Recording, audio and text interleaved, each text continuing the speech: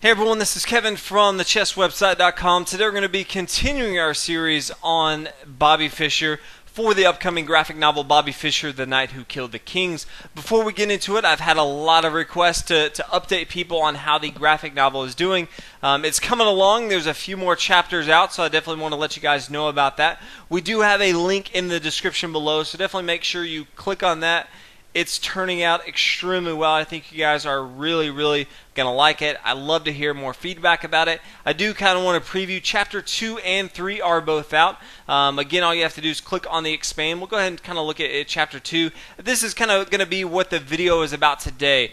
This is from Petrosian, who's actually going to go on to win this particular tournament. But if we kind of look at it, you know, there's a lot of different views that you can look at it. If you kind of want to do it more of a comic style, you can kind of flip the pages like this. You can always zoom in if you want to. The illustrations are very good. Chapter 2 again is about the 1962 candidates tournament in Curacao, which is our video about. If you want to kind of go back, Chapter 3, it kind of shows a very interesting conversation about chess. So if you really enjoy chess, I think you're really going to enjoy this. So again, check it out. Again, the link is below. You guys are really going to enjoy it. Again, Bobby Fischer, The Knight Who Killed the Kings. Fantastic work. And let's go ahead and jump into the video. Today's game comes to us from the 1962 Candidates Tournament taking place in Curacao. The game is between Bobby Fischer and Mikhail Tal. Now, if you're not too familiar with the Candidates Tournament, basically you have the World Championship with the current reigning world champion. And who does he play? None other than the winner of the Candidates Tournament. So, very prestigious tournament.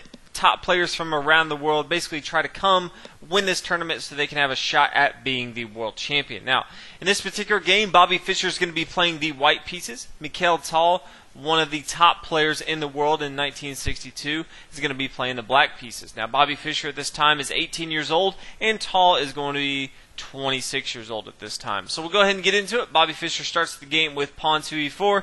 Very normal for Bobby Fischer, while a lot of people back in this time, and even currently, start out with d4. Bobby Fischer, being the aggressive player, starts out with pawn to e4. Tal's going to respond with the Sicilian defense. Very sharp defense against the pawn to e4 move from Bobby Fischer. White's now going to play knight to f3, trying to control the center of the board, these dark squares in particular with his knight. And Tal's going to respond doing the same thing, knight to c6. Again, developing towards the center, trying to control the center of the board with his minor pieces and support these pawns early on into the game. Bobby Fischer is going to continue, push forward with his pawn here. And after the exchange, now Tal decides to play pawn to e5. Again, threatening and putting more pressure on this dark square here on d4. Now, Bobby Fischer does have two different options. He could always bring his knight back to b3, or he can always play the aggressive move, which he does, knight to b5. Now from here, Tal's just going to play pawn to a6. Really wants to kick this knight off right here, and the knight's now going to come to d6.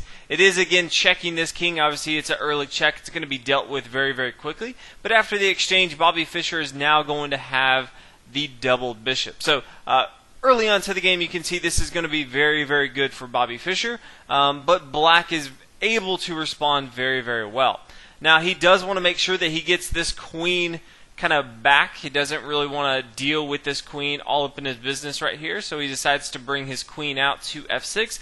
Again, threatening this queen right here. There's not a lot that this queen can do. Doesn't really have a lot of minor support, so he's just going to kick his queen back here to d1. Now, Black's going to bring his queen over to g6. Really wasn't doing anything here on f6, so he's going to try to make it as active as possible. He really wants to make sure that Bobby Fischer doesn't get a lead as far as a development lead or a spatial advantage. Right now, Black is starting to have a small lead as far as spatial and development. You can see Bobby Fischer has all of these pieces back on his first row right here. So he's going to try to continue and be aggressive on the black side. So Tal does play queen to g6, threatening this pawn here on e4. Bobby Fischer decides to respond with knight to b3. Again, not only is it a development move towards the center of the board, but it's also controlling and defending this pawn here on e4. Again, as we talk about over and over in these videos, again, minor pieces are really meant in the early part of the game, trying to control the center of the board, put pressure on your opponent, but also to protect pawns, as the pawns really lay that foundation for where you're going to be controlling, which is early on the center of the board. Now later on, once that goes into the middle game, towards the end game, the minor pieces are going to be supporting and attacking the major pieces, playing a more pivotal role, but early on they're really going to be laying the foundation for your other pieces. So do just keep that in mind. From here, Tal is going to play knight to e7. He wants to make sure that he gets this knight involved into the game. He could have brought it to f6 if he wanted to, but he decides to bring it here to e7. Now the only time you don't want to bring your knight to e7 is if you still have your bishop here on f8. You don't want to block that bishop off, but because that bishop from f8 has already come out into the game, it doesn't really matter now if the knight comes to e7. Also, it's now defending this knight here on c6, so these knights are really playing off of each other. Also, it does allow this knight to control both the d5 and the f5 square, which are very pivotal as white is trying to control those with his pawn here on e4. Now, white's now going to bring his pawn up to h4, basically signifying that he's not going to be castling on the king side. This is, as you can see, really weakening the king side. But, you know, he really wants to make sure that he can get his bishop involved into the game. He does have this semi-open d-file, so he wants to kind of keep that open for his queen right here. It's kind of a passive move right here to bring his bishop to e3. So, obviously, f4 is not going to be much of a help. So if he does decide to bring his bishop over here to g5, he needs to make sure he does have a pawn here on h4 to protect that. So later on, he could be looking to castle on the queen side. Now black decides to bring his pawn to h5, signifying that he's probably not going to be castling on the king side as well. But again, really trying to make sure that, you know, there's no counterplay. He's also later setting up an outpost here on g4 if he wants to. So just a few things to keep in mind.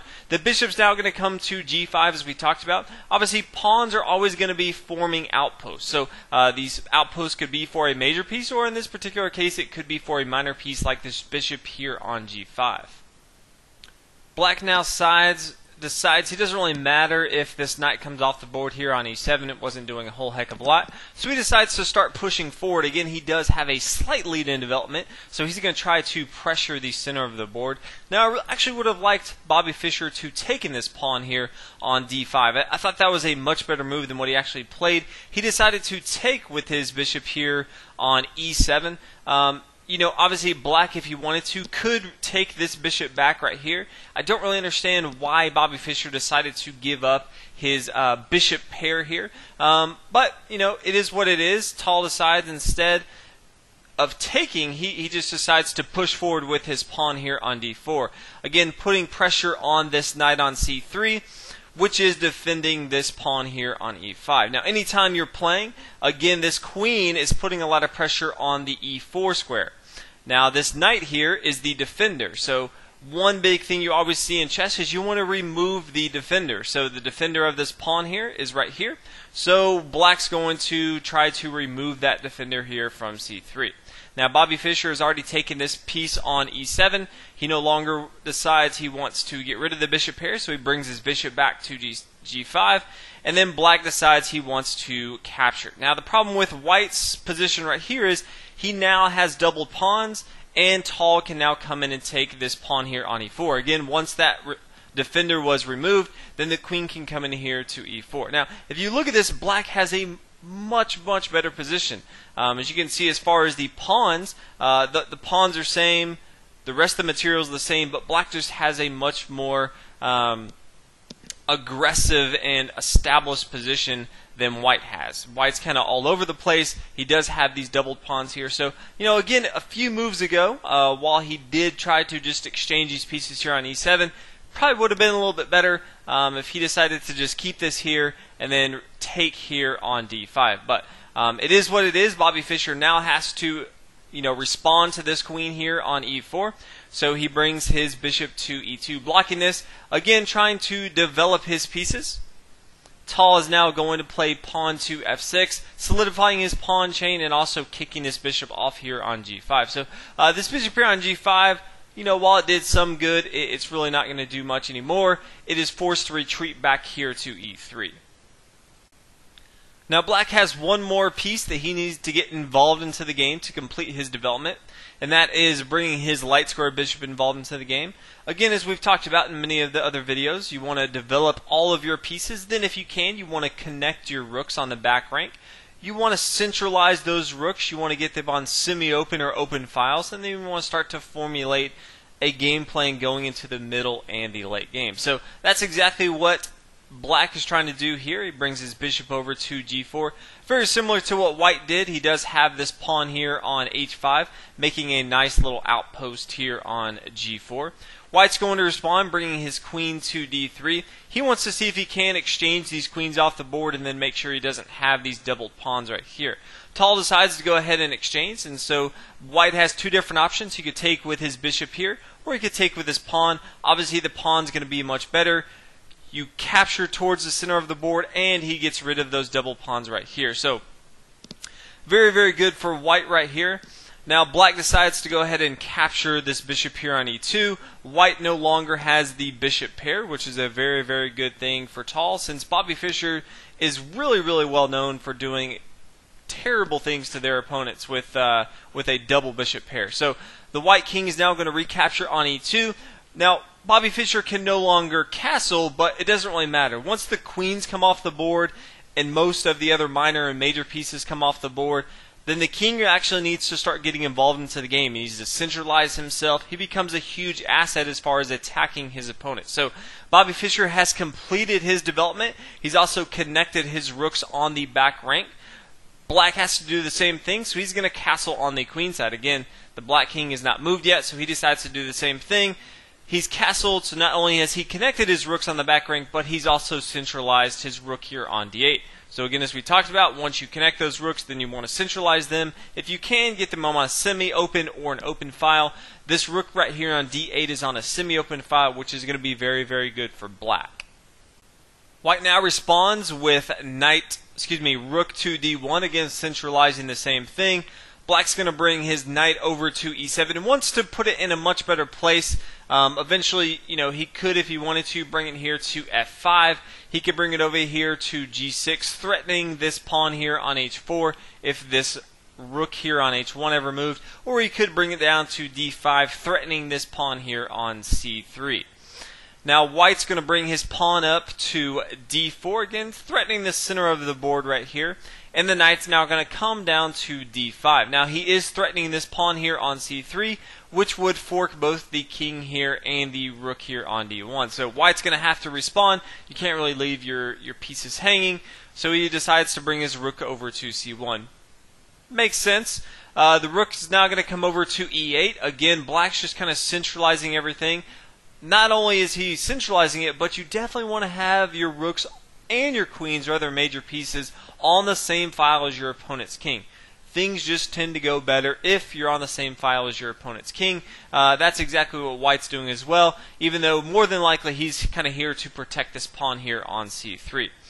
Now white's going to bring his rook over to d1, centralizing it, also trying to put a little bit more pressure and defense on this pawn on d4. And now black decides to bring his pawn to f5. Now I don't know if this is the best move in here. It does open up the door for the bishop to come back to g5. But in any case, black just now has to move his rook since it's being attacked. So he just kind of brings it forward one move to d7 right here. And then Bobby Fischer decides to capture right here on e5. Kind of open things up again. Allowing his king to be attacked once this rook comes in.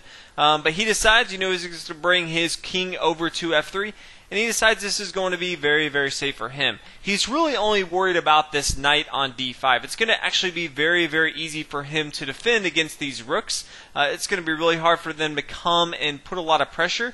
They can't really control, since these pawns are here on f5, blockading these long, lengthy F files. So instead, it's going to be very hard to match these up on like the third rank or the fourth rank. So he decides that it's going to be well okay to kind of exchange those pawns off and allow this rook to come here to e5. Now black's going to bring his rook down to e4, making sure that this king doesn't move anywhere. Again, he does have this outpost because of the pawn here on f5. And now the rook's going to come to d3. Wants to make sure no funny business happens. This rook obviously can come over to the E file as well, and that's what we want to make sure does not happen for Bobby Fischer. And now the rook's going to come over to C4. This is putting a lot of pressure on this pawn on C3. More pressure than white can really deal with. So instead he decides to put all of his pressure on the D1, putting a lot of pressure on this D1 file, and black decides to go ahead and gobble this up. Now white's just going to go ahead and respond and take this back, and after the rook recaptures, then Bobby Fischer is going to bring his rook over to C1, again pinning this knight down to the king here on C8. Now if we kind of look at this though, black does have the small advantage. He is up one pawn in material, and he's kind of pinned down this knight. This knight's not doing a whole lot, but again black is up in material. So does have a small advantage, but does need to be careful because his pieces right now are kind of tied up at the moment. Black is now going to bring his rook over to C7. Again, his knight is pinned down. He really doesn't have another move. He wants to make sure that his knight is being protected right here. And so Bobby Fischer decides to bring his bishop over to F4. More of a central square right here for Bobby Fischer. And Tall decides, obviously, he has to move his rook, but he still wants to be aware that it is protecting this knight here. So just brings his rook up here to C6. Now Bobby Fischer decides to bring his bishop to E5. Again, just centralizing this bishop, just putting it in a better position every single time. Not only is it still attacking this square on C7, but it's now attacking this pawn here on G7. It also now has two attackers on the knight here on C3. Now, the knight comes back here to D5, and Bobby Fischer responds with rook over to D1. Now, I do think it'd be a little bit better if Bobby Fischer decided just to go ahead and take with his rook here on C6. As you can see here, the pawn's just going to come over and take here on C6, but then the bishop could come over here to G7. This is going to be a very, very good game for Bobby Fischer. As you can see, it's going to be even in material, but Bobby Fischer has the better minor piece going into the endgame. As you've watched him in other videos, if there's two sides of pawns, so there's pawns on this side of the board and this side of the board, the bishop's going to fare much better because he can get to both sides of the board very, very quickly. If it's just one side of the board, if there were, this pawn was gone, this pawn was gone, this pawn was gone, it was pawns only on the right side, the knight actually tends to do better because he can control more squares, but he doesn't have to move from one side of the board to the other. So in this particular case, I give the nod to Bobby Fischer with the bishop going into the endgame. But he decided not to do this, so instead of bringing his bishop, exchanging here on C6, he decided to go and just bring his rook over to D1, attacking this knight again here on D5. Tall no longer wants to have his knight being harassed by this rook here on D1, so he decides to bring it back to F6. And then Bobby Fischer decides to bring his king to F4. Again, later in the game, you want to start getting your king involved into the game. If you can centralize it, you can actually start to put a lot more pressure on your opponent. So definitely a good move from Bobby Fischer. Now, the pawn's going to come to G6. This is done for two reasons. One, black wants to make sure that he does solidify all these pawns. Obviously, this pawn right here on F5 was being attacked, but also he wants to make sure all of his pawns are on opposite colors of Bobby Fischer's bishop. The bishop for Bobby Fischer, as you can see, is a dark square bishop, so Tall needs to make sure that all of his pawns are on opposite colors so that Bobby Fischer cannot attack Tall's pawn. So, it's those small little things that make players a great chess player, but I do want you guys to get better as you watch these games. So, take what you learn here and kind of incorporate it in your own game. If your opponent has a dark square bishop going into the endgame, make sure all of your pawns are on the opposite color. Now, Bobby Fischer decides to bring his pawn to F3, and this is done. Really needs to make sure that he stops this outpost. Obviously, the knight here can come to a nice little outpost on G4. It can also come to an even better outpost here on E4. Definitely needs to make sure that that does not happen. So pawn to F3 does exactly that. Now the knight's going to come over here to D7, attacking this bishop here on E5. And then the bishop's going to come up here to D6. Right now, Bobby Fischer no longer wants to exchange the bishop here on D6. So kind of, blockading some of the moves that Tall has. Now Tall's going to bring his rook down to C2, attacking this pawn here on A2. The next move of rook to c2 I do think is a little bit of a mistake. I actually would have liked to see Tal bring his knight over to b6, as we'll kind of see here in a little bit. The rook to c2 doesn't do a whole lot of good. Bobby Fischer's just going to respond with pawn to g3. He can't really take this pawn here on a2. He's just going to lose too much material on the king side. It's just going to be too much trouble for him. So while this does kind of look like a pretty good move, obviously, if you've seen other videos, you want to bring your rook to your opponent's 2nd or 7th rank, depending on which side your opponent is. But in this particular case, there's just not a lot that he can really do right here. So the rook's going to come over here to e2. Bobby Fischer is going to play king to g5. Now, if you're kind of wondering, sitting there like, Kevin, why doesn't he just take this pawn here on a2? If he decides to take it on a2, he could take that, and then Bobby Fischer, if he wanted to, could play, rook over to c1, and then we'll just kind of go through the moves. He can't really bring, his king to b8. It's being attacked by the bishop. So let's say Tal decides to bring his king over to d8. Then you could have bishop to, c7 check, and then the king could come over here to c8 if you want to, come back here. The bishop could come back to f4 if you wanted to. The king comes back to d8, and then the king is going to capture this pawn here on g6. Now, there's some other variations if you want to kind of go through that, but all in all, the king is going to take this pawn here on g6. If he wanted to, later on, he could gobble up either this pawn here on f5, this pawn here on h5. After that, pretty much he can march all of his pawns up the board. It's really going to be difficult for black to really do a whole lot. As you can see, this pawn here on a6 kind of blocks him off from bringing his rook up to a6, putting a lot of pressure on the king. So this rook over here, while it did take this pawn here on a2, now it's kind of stuck in limbo. It can't really get involved into the action, and white's just going to completely dominate the board. So in that particular case, since he can't really take on a2, I do think it was a small mistake even to bring his rook down into the board over here to c2 in the first place. But he kind of corrects that and instead brings his rook back up to e6, attacking his bishop here on d6. Now, the bishop's going to come back to f4. Nice central square. Can't really do a whole lot. And so black decides now to bring his knight up to f8. Now, while he does want to make sure that his knight's being attacked, this knight is just going the wrong direction. Again, it would have been better if early on he brought it to b6 right here. When you're bringing all your pieces back, you're just kind of letting your opponent just come at you, and you're kind of playing defensive, which when you have the lead, obviously black has the lead in material, you never really want your opponent to have all the momentum, which he's kind of giving white right now. White's now going to play rook to d6. He knows he's pretty much has the better minor piece, so he has no problem exchanging the rooks off the board, just kind of getting into that endgame. Tal decides, he's going to start trying to push on the queen side. He's kind of already, given up on the king side, so he does have the slight advantage on the queen side, so he's going to start to push forward on this side. Bobby Fischer is now going to bring his king up to h6. Eventually he wants to kind of solidify this a little bit more. He does now have another opportunity to bring his bishop to g5 if he wants to. The rook's now going to come back to e2. Again, now he's kind of thinking that if he can come over and take this pawn on a2, he can start to really push forward on the queen side. He is down as far as an advantage, so he wants to come up with any strategy he can to try to come back and either tie this game or win this game.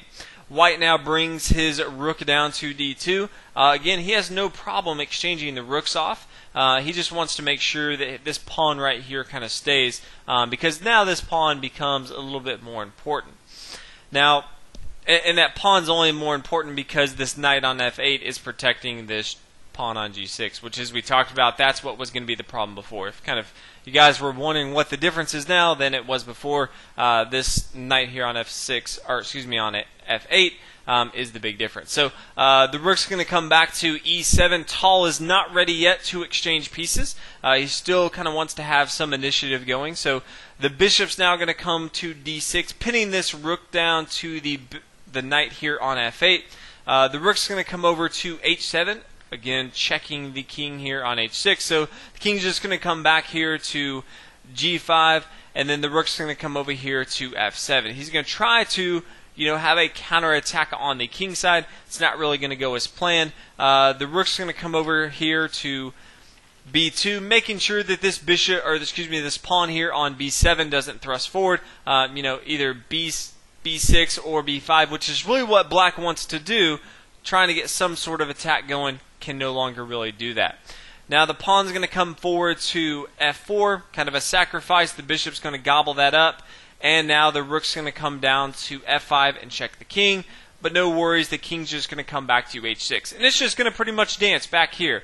It's going to come g5 and h6. And while this knight here on f8 is protecting this pawn on g6, again, early on in the game, you want your minor pieces tied down, protecting your pawns.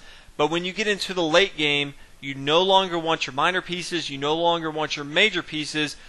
Their sole duty is just protecting your pawns. That pretty much, takes away all of their initiative. So this knight right here is not doing a whole lot except protecting this pawn. So can't really get involved into the action and attack this king. So this king is free just to kind of move around where he wants to. From here, black's going to play pawn to b5. Since he does have this rook here, he can now play the pawn here to b5. And now the bishop's going to come up to d6. Again, always centralizing this bishop. He can now come to both sides of the board if he wants to, making sure that this pawn doesn't get too out of his comfort zone. And now black's going to play pawn to b4. So if you kind of look at this game, you can say, okay, well, both sides are equal in material, but the problem is white has a huge advantage. He does have the much more active king. This king here on c8, it's not doing anything. It's not really threatening anything. It's just kind of sitting out there. White can really attack it at, his leisure. Tall's not doing very much. He really doesn't have a strong initiative. While Bobby Fischer is white, at any given time, he can start to gobble up, pieces and pawns on the king side. And one of his minor pieces here on f8, again, is not doing a whole heck of a lot. So, really, Bobby Fischer has a great opportunity going into the end game. It's just a matter of execution, which is one thing Bobby Fischer excels in. So, from here, white decides to bring his pawn up to g4. He's again starting that attack on the king side. The rook's going to come down and take here on f3, and Bobby Fischer plays pawn to g5. This is pretty much solidifying this pawn here on g6, which is what we talked about, really keeping this knight here on f8. So from here, the knight's going to come to e6, which is good and bad. He does need to activate his knight, but the only problem with that is he now opens the door for this king to come on g6, and now Bobby Fischer has a pass pawn on g5. Now, the rook's going to come over to a d3, attacking this bishop here on d6. The bishop's again just going to centralize here to e5. The rook's going to swing back over, and the king's going to come to f5. Not only is it protecting this bishop here on e5, but it's also allowing this pass pawn to push forward. If you know anything about chess, if you have a pass pawn, there's only one thing to do with it, and one thing only, is to push the pass pawn. So Bobby Fischer's initiative right now is going to be passing this up here to the g8 file. So from here, the knight's going to come back to f8, and the rook's going to swing over to g2. Not only is the rook protecting this pawn here on a2, but you also want to have your rooks on semi-open files, and you want to put them behind your pawns as you push those pawns forward. Now, the rook's going to come up to f3, again checking the king here. It's not going to do a whole lot of good. The bishop's just going to come back here to f4, and the king's going to try to get involved now. Why it took so long for the king to get involved, who knows, but a little bit too late. The pawn's now going to start to push forward. Now the knight's going to come back here to e6. Bobby Fischer is just going to continue to push forward. He doesn't really care if the knight takes, because he's going to be now up in material, a rook and a bishop to a rook, which isn't really going to go very well. So instead, Tall decides to go ahead and take the bishop here. And then the king's going to come over, and now the rook's going to come up here to f8. So after the pawn takes and promotes to a queen, then after the knight takes, Bobby Fischer obviously has a winning endgame here. Rook is always going to excel against a knight here, especially when the knight's not really involved into the action. The rook can just swing all over the board, especially since there's two sides. It's just going to be too hard for Tal to do too much right here. So the king is going to come to d5, centralizing the king. The pawn's going to come to a4. There's not much he can do. The rook's going to come up here to g7, checking the king. Again, this is really forcing this king right here on d5 is forcing the king to move back. Obviously, he can no longer come to c6. He can no longer come to e6 or d6. So, great little move. Obviously, if this was on the back rank, it would be checkmate. So this is kind of what it looks like. But in this particular case, it forces him to go backwards. So after he comes backward, the king is going to now come to d6. Not only is this a great move, centralizing his king, but also really allows this knight to go absolutely nowhere. So if he comes to d7, he's going to be captured by the rook. If he comes to e6, he's going to be captured. He can't really come to g6 or h7. He's going to be captured. So black is just kind of sitting there waiting for Bobby Fischer to win the game. So he decides to bring his pawn to b3. Obviously, best case scenario would be for Bobby Fischer to take and then recapture. He would have a pass pawn right here. Bobby Fischer decides, he doesn't even care. He's just going to play his pawn to a3. At any given time, if he wanted to, he could swing his rook over to here to b7, put pressure on it if he wanted to. But here Tal decides to go ahead and resign. Even though he is up, one pawn, Bobby Fischer does have the rook over the knight advantage. So just too much. Great game by Bobby Fischer. I love doing these games because I learn so much from both sides. Both sides had an advantage in the game. Black definitely had an advantage. He kind of gave that up. While he had the advantage going into the late game, he started to get a little bit more passive. Bobby Fischer definitely missed a few opportunities early on into the game. Gave that advantage to Black earlier than he probably should have. But in the end, Bobby Fischer rose to the occasion. Played an extremely, extremely good endgame. So turned out for the best. So hopefully you guys enjoyed this video. Let me know what you think. Also, again, check out the website that we have below. This book is phenomenal, guys. I think you will all enjoy it. So feel free, again, to leave comments about the book. It really means a lot. And again, going forward, we always want to hear feedback about it, what you guys think, what you guys want to see. So yeah, hopefully you enjoyed, and we'll see you guys in the next video.